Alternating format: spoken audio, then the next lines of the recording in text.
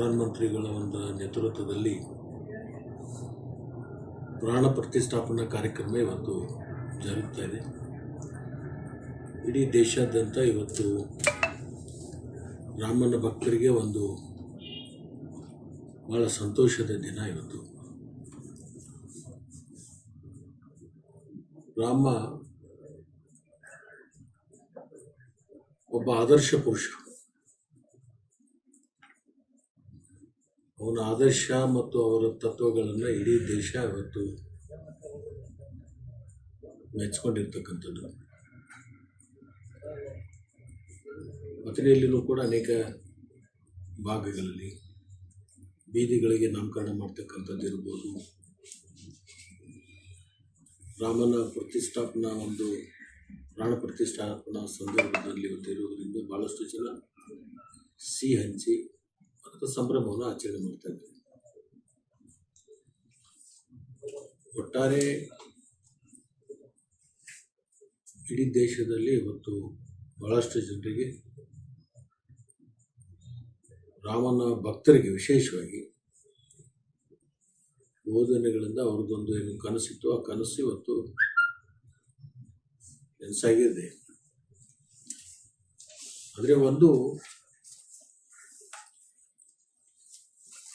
ರಾಜಕಾರಣದಲ್ಲಿ ಧರ್ಮ ಇರಬೇಕು, ಧರ್ಮದಲ್ಲಿ ರಾಜಕಾರಣ ಇರಬಾರ್ದು. ನನಗೆಲ್ಲೋ ಒಂದು ಕಡೆ ಅದು ಎದ್ದು ಕಾಣಿಸ್ತಾ ಇದೆ. ಈ ಧಾರ್ಮಿಕ ಕಾರ್ಯದಲ್ಲಿ ಇವತ್ತು ರಾಜಕೀಯ ಸೇರಿಸ್ತಕ್ಕಂಥದ್ದು. ರಾಮ ಯಾರದೇ ಒಬ್ಬ ಪಕ್ಷದ ಒಬ್ಬ ವ್ಯಕ್ತಿಯ ಸೊತ್ತಲ್ಲ, ಒಬ್ಬ ಆದರ್ಶ ಪುರುಷ ಅವರು. ಅದರಿಂದ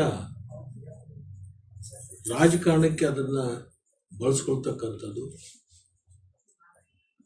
ಎಲ್ಲ ಪಕ್ಷದವರು, ಎಲ್ಲ ಜಾತಿಯವರು ಇದ್ದಾರೆ. ಒಂದೇ ಜಾತಿಗೆ ಒಂದೇ ಪಕ್ಷಕ್ಕೆ ಸೀಮಿತ ಅಲ್ಲ. ಅದನ್ನು ಕೆಲವೊಬ್ಬ ವ್ಯಕ್ತಿಗಳು ರಾಜಕಾರಣವನ್ನು ಬೆರೆಸಿ ಅದರದ ಲಾಭವನ್ನು ಪಡ್ಕೋಬೇಕು ಅಂತ ಹೇಳಿ ಸಾಕಷ್ಟು ಪ್ರಯತ್ನಗಳಂತೂ ನಡೆದಿದೆ. ನನ್ನ ವೈಯಕ್ತಿಕ ಅಭಿಪ್ರಾಯ, ಇಂಥ ಧಾರ್ಮಿಕ ಕಾರ್ಯಗಳಲ್ಲಿ ರಾಜಕಾರಣಗಳನ್ನು ಬಳಸೋದ್ರ ಹೊರತುಪಡಿಸಿ ಎಲ್ರಿಗೆ ಒಂದು ಮನಸ್ಸಿಗೆ ಒಪ್ಪುವ ರೀತಿಯಲ್ಲಿ ಕಾರ್ಯಕ್ರಮಗಳಾಗಬೇಕು. ಇದು ಒಂದು ಕೋಮಿಗೆ, ಒಂದು ಪಕ್ಷಕ್ಕೆ ಸೀಮಿತವಾಗಿ ನಡೀತಕ್ಕಂಥದ್ದು ಒಂದು ಕಡೆ ಎಲ್ಲೋ ಬೇಸರ ಅಂತ ಅನಿಸುತ್ತೆ. ರಾಮನ ಭಕ್ತರು ಎಲ್ಲ ಪಕ್ಷದಲ್ಲಿದ್ದಾರೆ, ಒಂದೇ ಪಕ್ಷದಲ್ಲಿ. ಇಡೀ ದೇಶದಲ್ಲಿ ಎಷ್ಟು ರಾಜಕೀಯ ಪಕ್ಷಗಳಿದ್ದಾವೆ, ಎಲ್ಲ ಪಕ್ಷದಲ್ಲಿಯೂ ಕೂಡ ಇದ್ದಾರೆ. ಅನುಕ್ಷಣದ ಸುದ್ದಿಗಳಿಗಾಗಿ ವಿಸ್ತಾರ ನ್ಯೂಸ್ ಯೂಟ್ಯೂಬ್ ಚಾನೆಲ್ ಸಬ್ಸ್ಕ್ರೈಬ್ ಮಾಡಿ. ಹೊಸ ಸುದ್ದಿಗಳ ನೋಟಿಫಿಕೇಶನ್ಗಾಗಿ ಬೆಲ್ ಐಕಾನ್ ಕ್ಲಿಕ್ ಮಾಡಿ. ಲೇಟೆಸ್ಟ್ ಅಪ್ಡೇಟ್ಸ್ಗಾಗಿ www.vistaranews.com ವೆಬ್ಸೈಟ್ಗೆ ವಿಸಿಟ್ ಮಾಡಿ. ಅಂಗೈಯಲ್ಲೇ ಜಗತ್ತಿನ ಸುದ್ದಿ ತಿಳಿಯಲು ವಿಸ್ತಾರ ನ್ಯೂಸ್ ಕನ್ನಡ ಆಪ್ ಡೌನ್ಲೋಡ್ ಮಾಡಿ.